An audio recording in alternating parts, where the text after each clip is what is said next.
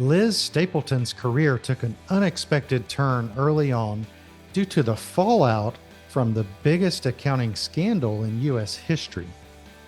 Today, we'll hear how that setback actually set Liz up for the success she enjoys today. The one thing about lease accounting that my team and I always talk about is just like how it's really a great independent role. If you're somebody who likes to work independently, likes to be specialized, likes to be a subject matter expert, Mhm. what a great career. Welcome to New Lease On, where we talk about the latest in lease accounting and lease administration and share stories of changes in perspective and new beginnings. I'm your host, Matt Waters. Let's dive in.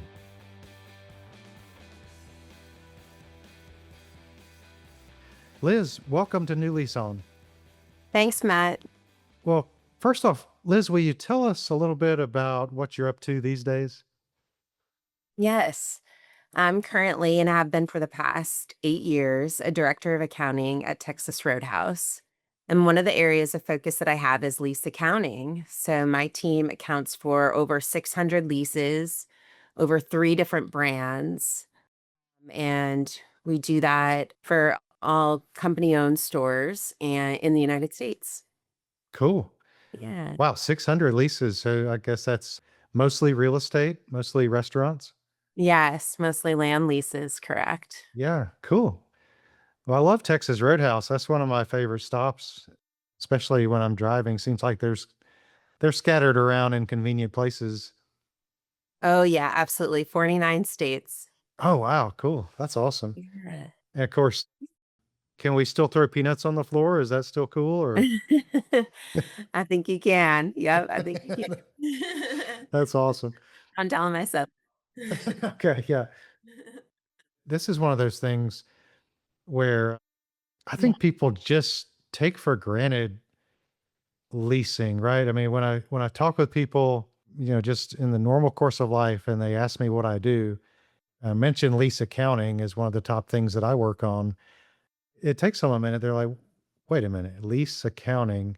I say, "Yeah, I mean, just think about a big retailer, right? Like Home Depot, where I used to work, Yeah. or think about Texas Roadhouse, 600 leases to keep up with.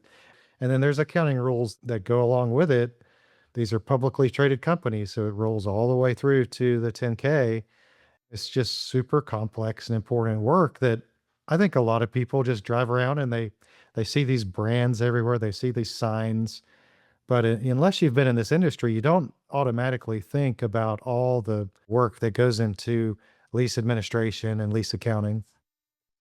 Yeah, absolutely. I mean, nowadays we're putting these leases on our balance sheet for many, many years, and it's a very large material number and of significance, and definitely something that we need to stay focused on.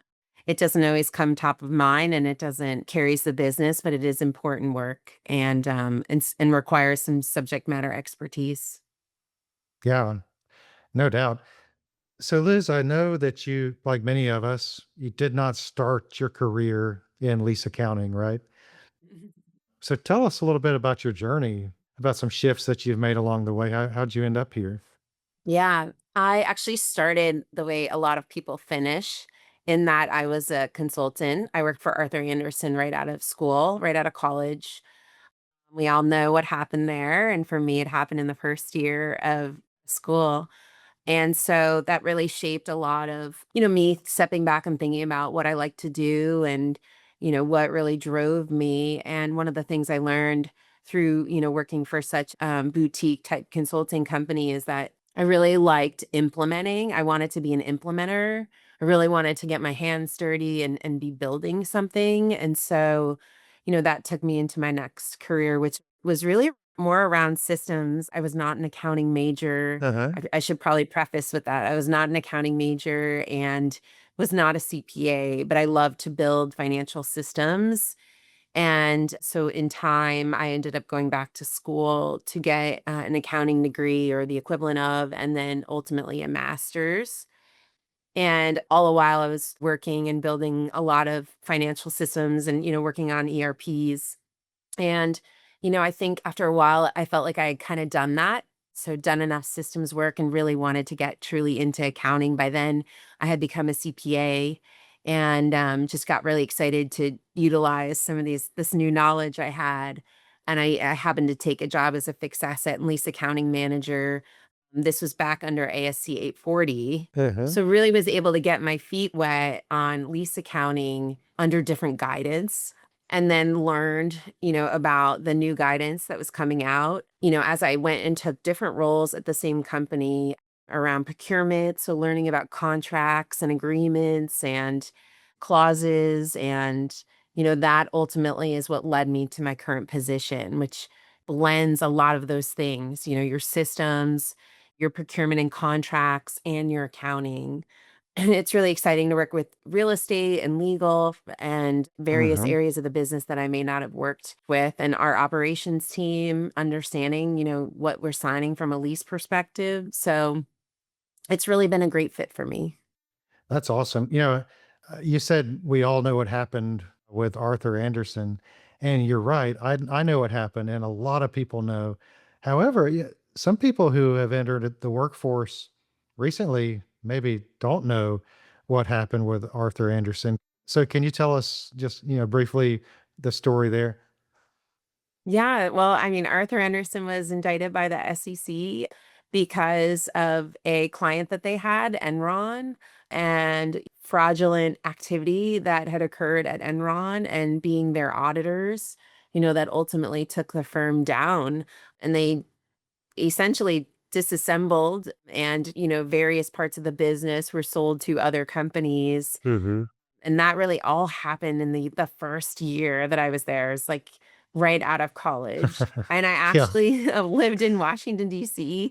So I marched on the steps of the Capitol to really like stop all of this action from occurring. But I think there were so many people who lost, their retirements and their livelihood from Enron, that I think that the government just called for repercussions that really extended far beyond the company and those who made decisions.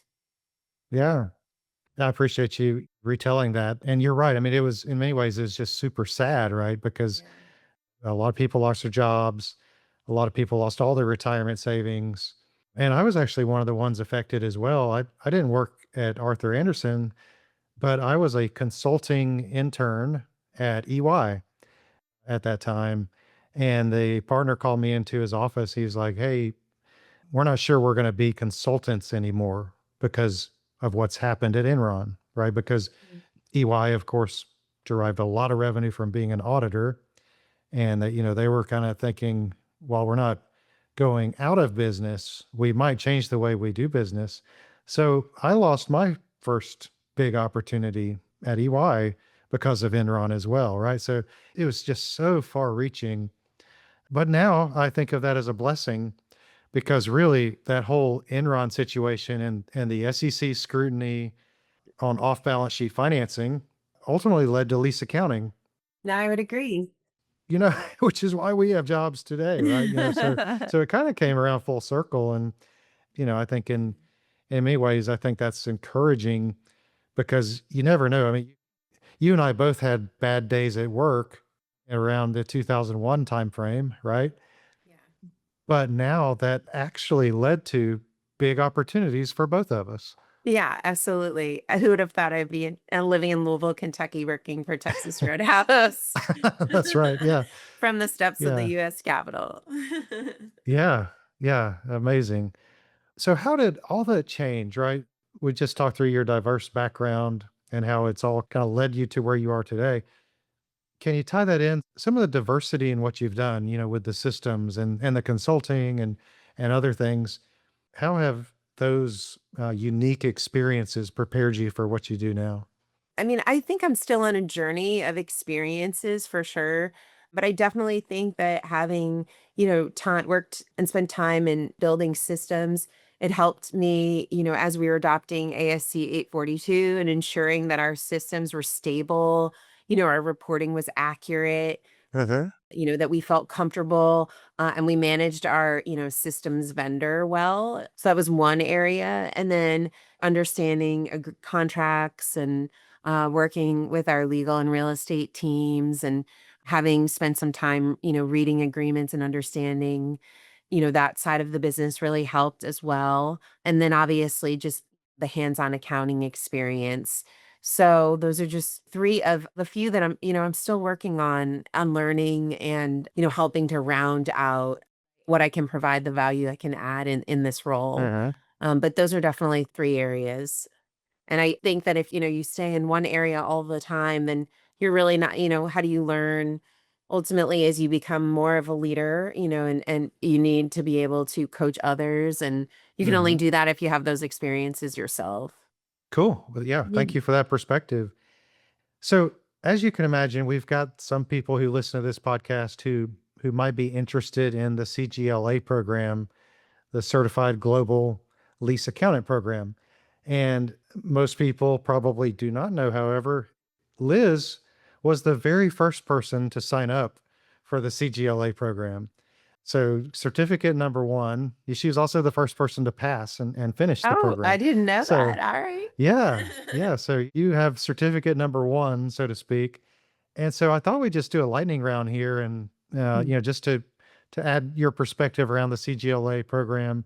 And so, I'll just run through a few, again, lightning round questions. Liz, what inspired you to earn the CGLA credential? Yeah, so post adoption of ASC 842, we adopted ASC 842 and we were, like, you want to get it in, feel stable about, what you're doing, work on your controls, processes. But then I think at some point, my boss and I were just like, gosh, what could we do to really make sure that, we have everything covered? We feel really strong in this area. And it was Uh-huh. just, I think this was really just right around the time you were rolling this out. And, I was looking at the content and I thought, I think I know all of these areas, but maybe I don't. Like, what if I don't? What if there's something I can learn here? And that's why I did the program. I do feel like, a lot of the topics were topics that I knew about, but what I really liked about it was that it brought it all together. If you think about it, especially through my career, a lot of those topics I've learned over the years, but I've never really thought of them all comprehensively. And so I feel like it kind of gave me these like building blocks to just step back and say, am I really tying, everything together the way that I could? Uh-huh. Maybe am I even communicating it and sharing with my accountants in a way that's, like, logical and meaningful for them? So, that was Yeah. why I did it. I felt like it was really helpful to just ensure sometimes it's good to know that you know it, right? And Right. so that's really where it was for me. So you think the program, the CGLA program met those objectives for you? Yes, absolutely. Awesome. Well, so would you recommend the CGLA program to others? Yeah, I would recommend it. I would recommend it to anyone who's gonna focus on lease accounting. Uh-huh.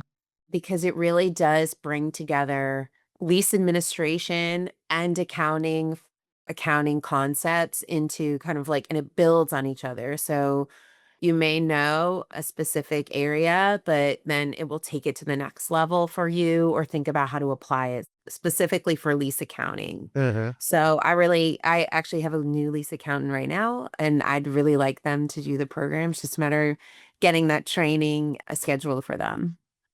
Cool. Oh, I love it. Mhm. So what was your favorite part of the CGLA program?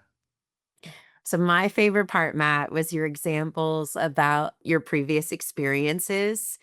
I think part of it is making sure that the way that we apply the concepts, to business, right? To our Uh-huh. everyday examples. And so I felt like you did a really good job of that through the course content. And, I don't know if you remember, but I actually worked for Home Depot as well. I was an intern Oh, yeah. there. Yeah. Right.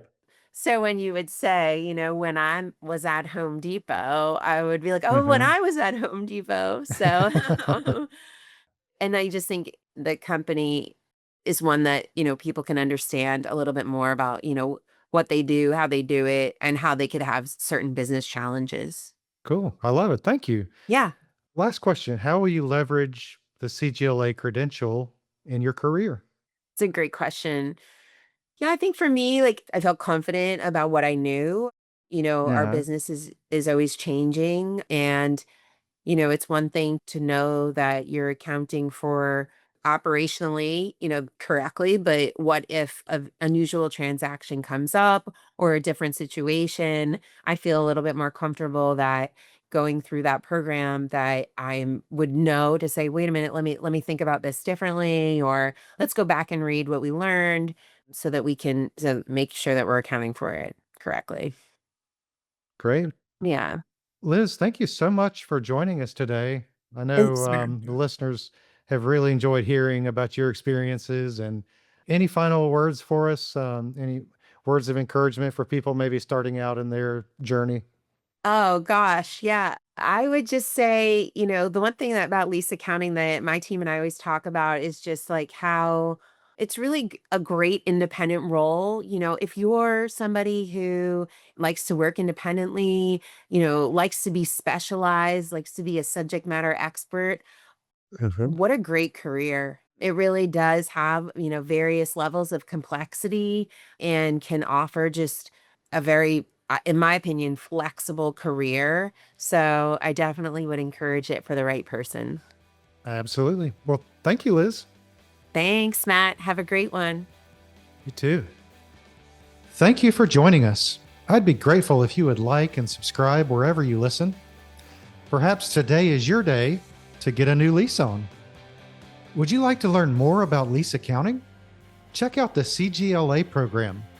That's Certified Global Lease Accountant.